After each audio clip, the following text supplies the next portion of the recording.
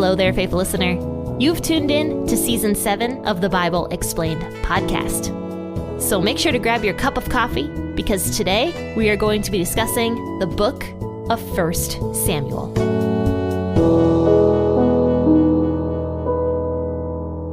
Well, hello there, and good morning, faithful listeners, and welcome to the Bible Explained podcast.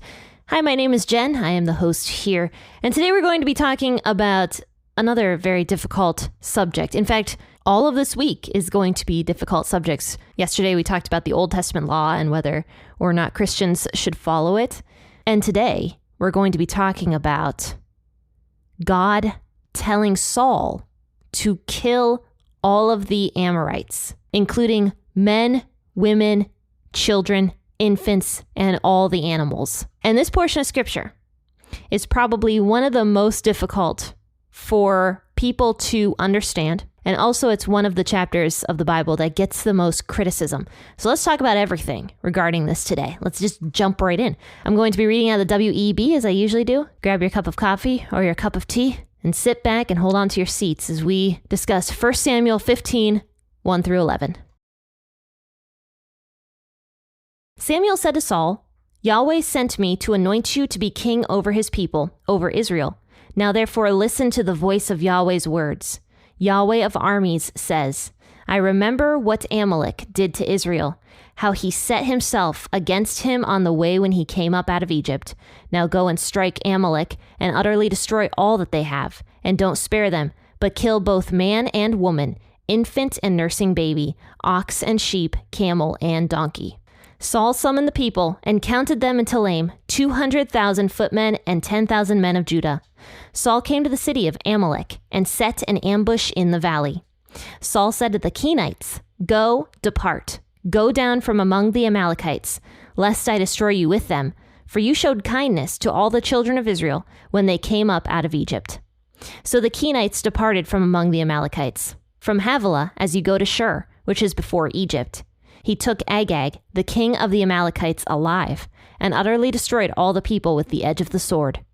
But Saul and the people spared Agag, and the best of the sheep, the cattle, and the fat calves of the lambs, and all that was good, and were not willing to utterly destroy them, but everything that was vile and refuse, that they destroyed utterly. Then Yahweh's word came to Samuel, saying, "It grieves me that I have set up Saul to be a king, for he has turned back from following me, and has not performed my commandments." Samuel was angry, and he cried to Yahweh all night. To understand what's going on in today's passage, you first have to understand who the Amalekites were. So let's go back to Deuteronomy 25 and read verses 17 through 19. This is out of the NIV. "Remember what the Amalekites did to you along the way when you came out of Egypt. When you were weary and worn out, they met you on your journey and attacked all who were lagging behind. They had no fear of God.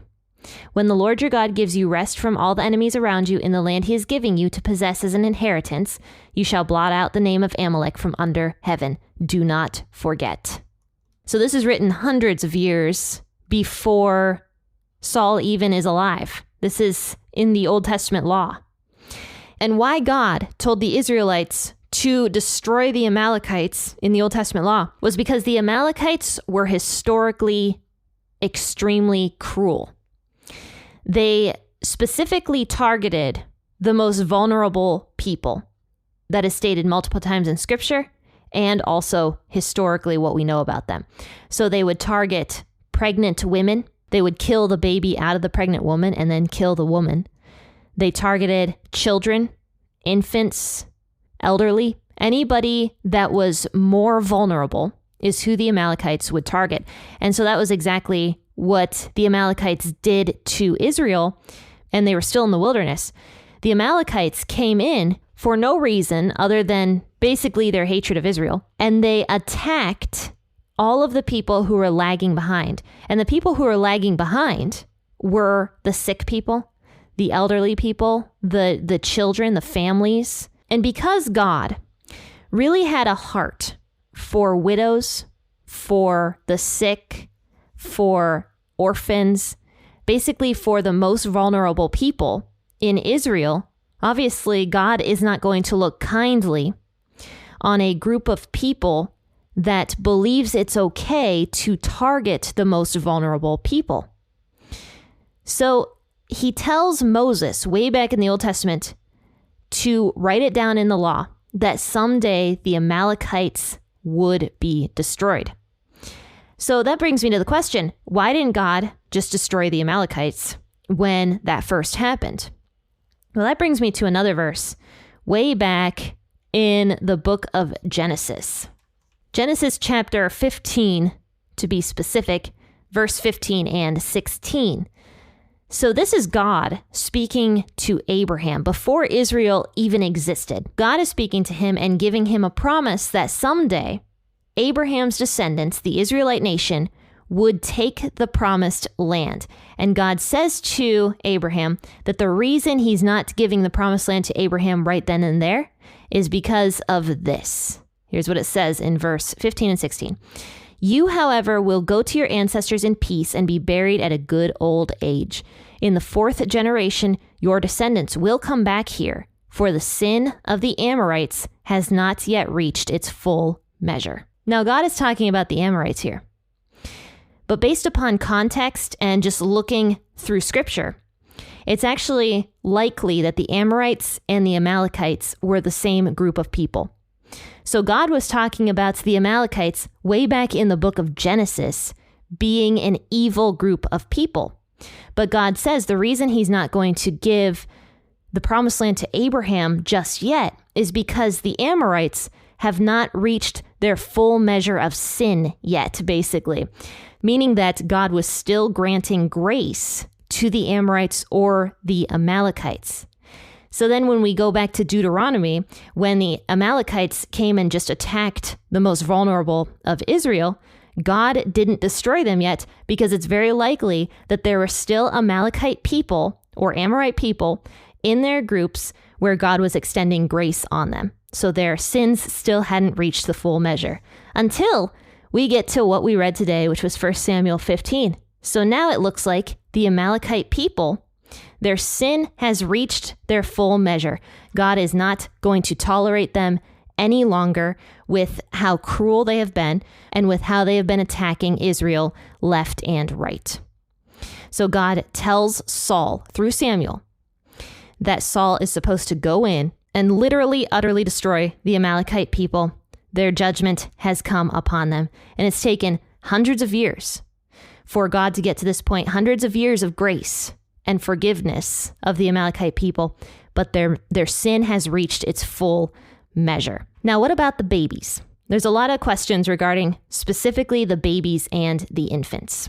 Why would God have Saul also kill the children if children are innocent? There's actually a verse I remember where God was telling, I believe, one of the prophets that he loved Jacob but hated Esau, even when they were still infants in their mother's womb. So how could God just hate Esau as he was an infant in his mother's womb? Because God knew who Esau would grow up to be. Because don't forget that God is outside of time. If God created time, he cannot be restrained by the rules of time. He is outside of time completely. So because God is outside of time, he can see everything that is going to happen. We cannot because we are restrained by the rules of time. But God, of course, is not. God knew what kind of a man Esau would grow up to be, even as he was still a baby. So is it possible, just knowing that God can see everything at every time period, is it possible that God knew who these children would grow up to be, and that their sins also had reached their full measure? So that's the first reason. And the second reason is that Avengers of Blood were a thing. And I talked about this a while back. I want to say either in like season 4 or 5, I talked about Avengers of Blood. And Avengers of Blood were extremely common in the ancient days. And what that was if somebody killed your father or your family member or whatever, the child would grow up to actually become the avenger of blood. And this was an extremely common thing that does not exist anymore. And that child would actually be required to go and find the person who killed his father and kill them. It was like an ancient rite of passage for a child that grew up with a father who had been killed. So just remember that culturally it was very different back in these days as well. And so avengers of blood would also have been a huge problem, because if God had told Saul to spare the children, those children would have remembered their fathers and mothers. And then those children would have grown up and told the infants and the younger children what had happened. And then those children would have grown up, and then the Amalekites would just be back ready to destroy the Israelites, just due to the whole Avengers of Blood thing. So that's my opinion on this. Now, regarding the animals and stuff, why God told the Israelites to sacrifice the animals, it could be, now this is just my own personal opinion, that due to how the Amalekites lived, because they didn't have the Old Testament law, don't forget, it could have been that a lot of their animals were very sickly and diseased. And so that's why God said to kill the animals as well, so that whatever sickness or disease those animals had wouldn't come into Israel and cause the Israeli sheep and camels and whatever else to get sick. So it could be that. It could also be that God was just asking for Saul to act in faith and perform a sacrifice of these animals. But the last thing I want to say before I move on from this is that all life belongs to God. He created everything.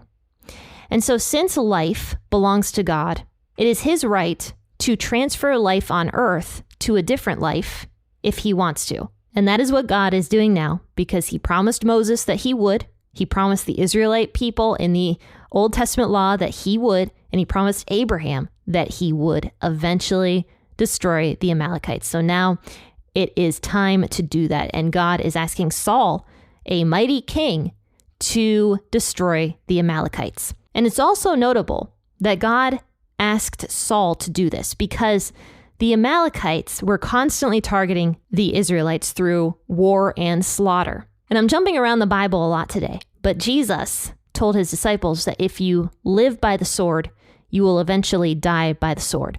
So because the Amalekites were very cruel and they loved their swords, they are now going to meet the same fate that they have been bringing on all the people around them.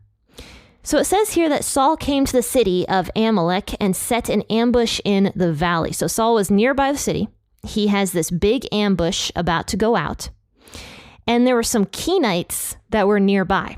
And so the Kenites, God had no quarrel with the Kenites, because actually the Kenites were quite nice to the Israelites. The Kenites were descendants from Jethro, who was Moses' father-in-law.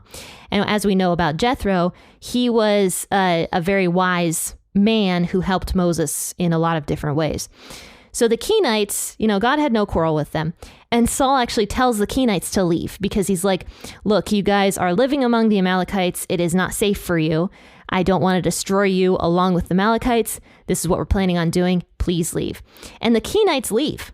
They're like, okay, we're going. And because they were nomadic peoples, they were more able to do that. They kind of just took their tents and left. But it is notable that the Kenites did not warn the Amalekites, because it seems to me like the Kenites had a better understanding of who Yahweh was and the judgment that Yahweh was about to do. So it says in verse 6, the Kenites departed from among the Amalekites. They just happily leave.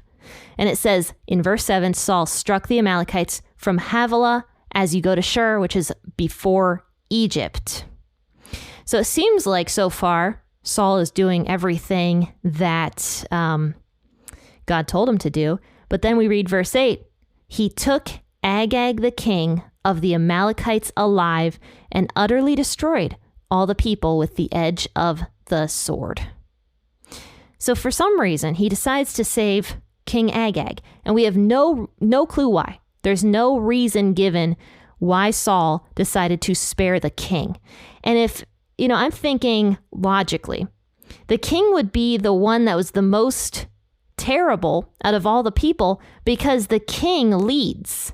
Just as we read in the chapter before this, that Saul caused the people to sin by making that dumb vow, where he told the people they couldn't eat. And so they went ham on all that meat and weren't draining the blood and stuff. The king determines a lot of what the people are doing through the king's leadership, and so the Amalekite king, in my mind, should have been the first guy that was targeted because of how he had led his people astray. But Saul saves Agag, the king of the Amalekites, and then destroys everybody and everything else, except in verse 9, but Saul and the people spared Agag and the best of the sheep, of the cattle, and of the fat calves, and of the lambs, and all that was good, and were not willing to utterly destroy them. But everything that was vile and refuse, that they destroyed utterly. So the Israelites go in, and they're like, we'll get rid of all this junk, all the bad stuff. We don't want any of that, but we're going to take the good stuff for ourselves. That's what we're going to do. And that's not what this was about. There were certain wars that the Israelite people had where God said that they could take of the plunder in a lot of circumstances, but there were also wars of judgment that God specifically told the people, no, do not take anything for yourselves. Do not take it. That is not what this is about. You're not just going to destroy these people so you can take all their good stuff. That's not what this is. You destroy everything.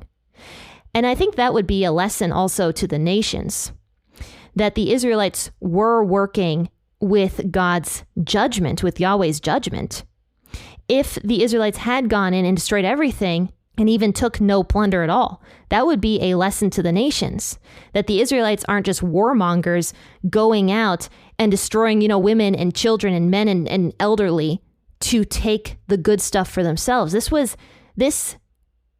What Saul did here made a bad name for the Israelites among all the other nations that were looking at what Israel is doing. Israel was supposed to be God's chosen people, and God would sometimes use the Israelites to show his judgment on the nations. So this wasn't even just about Israel and the Amalekites. This was also for all the other nations that are watching what the Israelites are doing. Yahweh was not just for one group of people.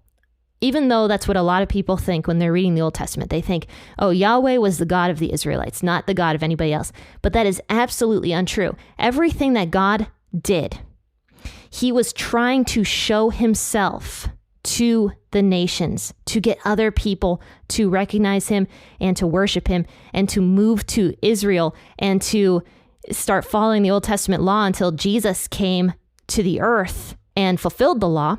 And now, all Gentiles and Jews together can come and worship God. That was the intention from the very beginning.